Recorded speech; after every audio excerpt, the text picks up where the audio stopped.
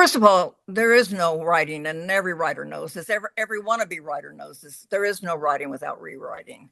So that's just a given.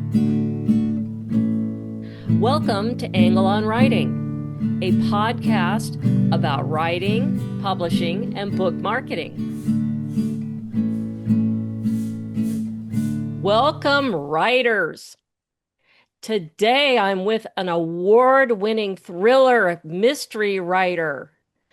Welcome, Melodie Johnson Howe. Hey, how are you? I'm good. How are you? Hanging in there pretty good.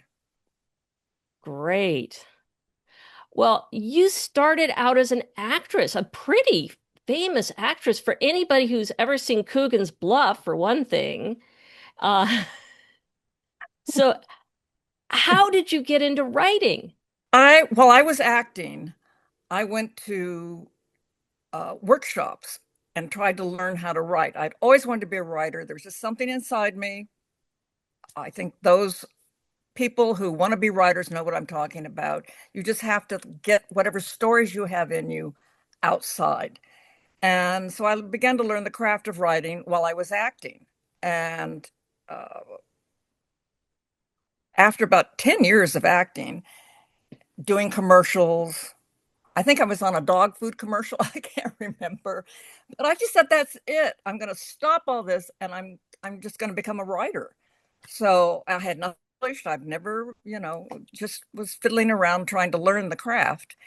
And I came home and I said to my husband at the time, I've stopped acting. I'm going to be a writer. And he said, okay, great. That's something you always wanted to do. And so, of course, I sat in my bedroom with my uh, Otrona or whatever I had at that time, this old computer. And I had no idea what I was going to write about. I mean, I was just sitting there alone. I had no makeup people. I had no grips and crew around me. I mean, it was a lonely moment for me. And I began to write a play called The Lady of the House. And because I could use dialogue, which I knew as an actress, I could use script form, which I knew as an actress.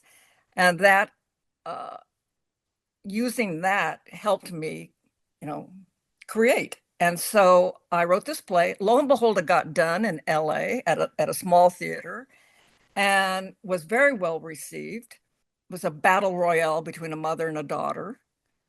Though one agent told me to take the mother out of the play. I'll never get over that. Don't listen to agents, writers, please. Don't listen to agents. And then the next thing I said, okay, I want to write a book. And my husband, my dear record producer husband, said to me, Melodie, you love mysteries. Why don't you just write a mystery? And that was like the light went off. Thank you, Bones. And I wrote my first mystery called The Mother Shadow, um, which was turned down by everybody. And I called one of the agents back. I got her assistant, and I was in New York at the time. And so I said, just please, just, let me take you out to lunch and tell me why you liked the book so much but turned it down. Well, we went and had lunch and she told me, and I said, but I just, so it's not a big book, it's a small book. Why can't that work? Anyway, I talked to her and I talked her back into taking the book, and the book got published, got nominated for an Edgar. There you are. Wow. Wow. But it was a long, tough journey of many rejections.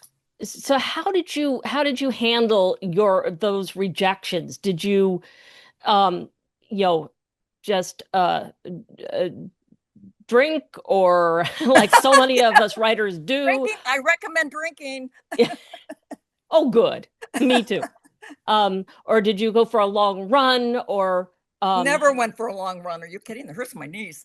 Uh, you know what I did? I wallowed around in pain a lot, and then I got myself back up and went back out again. I think having been an actress, you also hear no more than you hear yes. I mean, I've been on interviews as an actress where the producer's on the phone talking to somebody while I'm acting for him.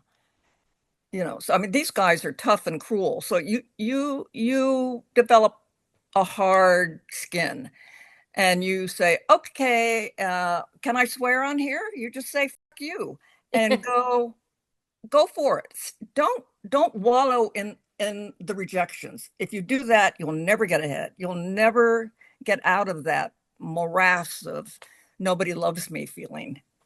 Because nobody does love you, actually, except maybe those closest to you, one hopes. But that's not why you write. You don't write to be loved. You write to just be heard, just to be read. So your acting has helped a lot, it sounds like, in your development as a writer. It has. It taught me pace as a writer.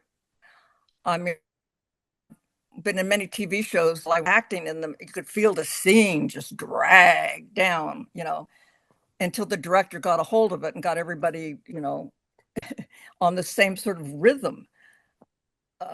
You had, as an actress, you had to say dialogue that just stuck in your throat, like it's in the silver chalice and you're pointing and it's a silver chalice. So you can't just say chalice or, but you have to say the silver chalice. And there's this just a sort of the idiocy of the writing, and you learned how to say it as an actress and make it real.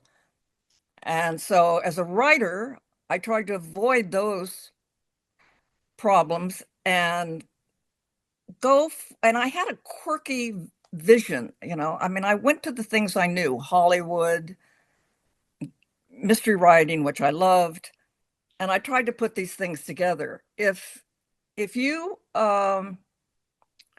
if you try to write, I'm not really writing about myself. People always think, oh, it's an autobiography. It's not. I mean, the one character I use a lot, Diana Poole, who's a middle-aged actress, she's nothing like me. I admire the hell out of her. I wish I could be Diana Poole, you know. But she has my quirky vision of the world. It's tilted slightly. And if you can capture that, that's what makes your writing unique. That's your voice. Not always easy to capture. On The Mother Shadow, my first novel, it took me 9 drafts before I caught Maggie Hill's voice, who was the narrator of the novel. And that happened because I was so fed up with the book at that time. I was taking a shower and I had the radio on. And in the shower, I heard the phrase, virginity is making a comeback on college campuses. And I'm like, whoa, how does virginity make a comeback? I mean, you either have it or you don't, or you're either pregnant or you're not. I mean, some of these things are absolute. And so I thought, whoa, that's Maggie Hill's voice, which of course was my voice, but it takes a long time to connect those two. And then you have to separate them again when you're writing because it's Maggie Hill speaking. I don't know if that makes sense, but it makes sense to me. Well, it certainly makes sense to me as well. You mentioned Diana Poole that you've used in several books. How did she come to you? Somebody had asked me to write a short story for an anthology, if I remember correctly. Oh, no, no, no. I remember now. My husband and I, Bones Howe, we were at one of these Hollywood musical parties. We were waiting for some rock and roller to arrive, and Bob Dylan was there. There was all these famous music people there, and it's tented. Of course, we're under these marquees and astroturf and candles, and this guy, I forget his name now, but he was famous at the time, wasn't showing up, and it was getting like, sort of like 11:30 midnight. And my husband's at the table with Bob Dylan, and they're two taciturn men, and they're just kind of sitting there staring at one another. So I go over and I say, honey, let's go. This is just so we get up and we go. And as we're leaving, a limo arrives, and the big Hollywood musical star, rock and roller, gets out of the car, and I just see his boot. I don't see any else part of him. And we drive off, and I turn to my husband and I go, another tented evening. And he says, that'd be a great name for a short story. And so out of that, I created Diana Poole. I just, created this middle-aged Hollywood actress who would be placed in these situations and have these observations. So, as you've gone along and you've used her along the way in some short stories and then in a novel, and so how has she developed as a character? Well, she's become obviously in the short stories. which I love doing. They're they're like a quick tap dance, a, a sort of or a quick magician trick. And in the novels, you get to know her better. I mean, you get to know her fears, her anxieties, uh, aging in a field where the young ones are coming up and are always ready to take your place. So you get to see Diana Poole in a deeper way. In a short story, you have to do these brush strokes, and but the brush strokes better be pertinent because that's what makes them real. Uh, I think in what was it, City of Mirrors, where she first appeared, she says in there the one thing that people in Hollywood don't know how to do is to pause, just stop. And that's what Diana Poole was trying to do, just stop to gain who she is back to her to herself, to know who she is, pause, to not just keep blundering through and I'll be in this, I'll do this, I'll do anything to be in front of the camera. So City of Mirrors is shows that side of her.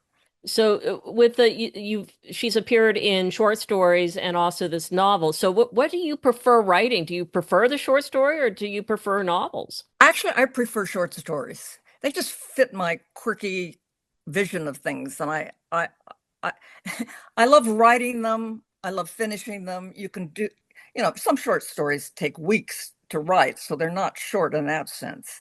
But I love the form.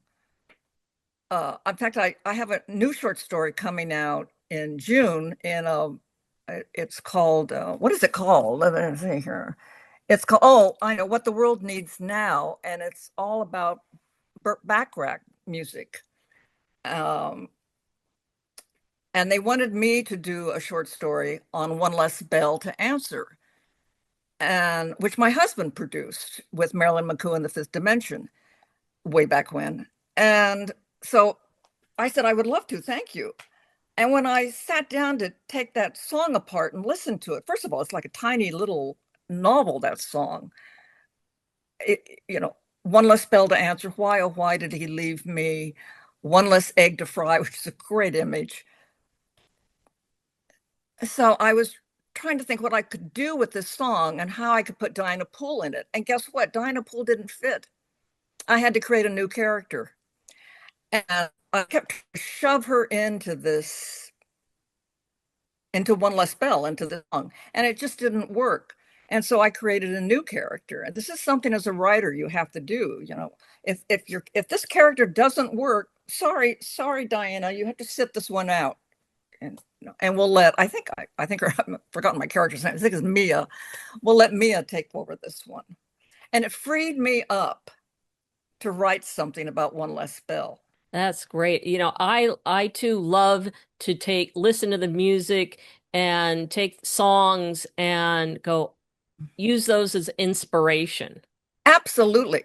Yes. And I mean, and Hal David's lyrics with Burt Bacharach are extraordinary. I mean, lyricists were like toe tapping poets, they just heard music when they were writing. And I always marvel at that because and Burt Bacharach was an extraordinary composer. But music stirs, music opens us up. It really does. I would turn on, do you remember KD Lang? God, I haven't heard, Yes. Yeah. Yeah. Even Cowgirls Get the Blues soundtrack. Yes, I would listen to her. I mean, just No wonder you married a music producer. who knew? And I Yeah. cannot carry a tune. I was humming one day in the dining room and he opens the door and asks me if anything's wrong. Seriously. I said, no, honey, I'm just humming. He said, oh, okay. So He that has short story perfect, comes out in June. yeah, Where will it be in an anthology or a magazine or? an anthology, level best books.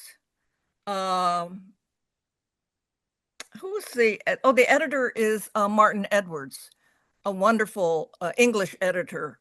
Uh, has created many anthologies and his own work. a great guy, and Level Best Books is the publisher. So it'll be out in June. And so also in June, you're going to be giving a couple of days of a workshop at the Santa Barbara Writers Conference. That's right. I'll be teaching for 3 days.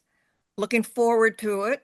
I'll be teaching, you know, that awful thing about rewriting. With your acting and having to put your voice to somebody else's words, that kind of has helped you a little bit in that in the rewriting kind of world. First of all, there is no writing, and every writer knows this. Every wannabe writer knows this. There is no writing without rewriting. So that's just a given. It depends on what you do with the rewriting. I like it because it opens up my work. I can truly, for the first time, understand what I was trying to do. Your work speaks to you. It lets you know. So if you rewrite, that's the time your work is saying, this is what you meant, Melody. It's that you didn't say it, but this is what you meant. So you have to go back and say, okay, I didn't say that. We're going to cross big red line there, and then I'm going to put in what I did mean to say, because now I understand what I was trying to do. You don't always understand it. I mean, in your first draft. And that's also where, getting other people's opinions early on probably help as well. Yes. Now, I'm one of those people who be very careful of opinions you get. Really trust people because people don't mean to be cruel. They don't mean to want to put you down, but they don't know. They come tromping in and, oh, well, I didn't like, your character is, no, no, no. You need to talk to people who truly understand what you're trying to do and respect what you're trying to do. That's why I think workshops are valuable. I know they were valuable for me when I was a young writer, or trying to be. And I know, and they're still valuable. And even then, you pick and choose the criticism that works for you. It doesn't work in one big, fell swoop for everybody. Well, something that I've asked some other people that I've interviewed is, as a writer, maybe in other things, but particularly as a writer, is there any advice that you would give to your younger self as a writer? Looking back, I'm not one who looks back that much because I want to keep moving forward. But looking back, I would say patience and dedication. Learn the discipline of writing. I was sporadic when I began, and so I think that hurt my writing. But once I settled down to write, then I became the writer. So unless you learn that discipline, putting your tush in the chair and actually just writing, whatever it is, whatever garbage you think you just spilled onto into the computer, that's fine. You're going to fix it. That's a wonderful thing about writing. It's kind of like you're a plumber. I'll fix the leak later, okay?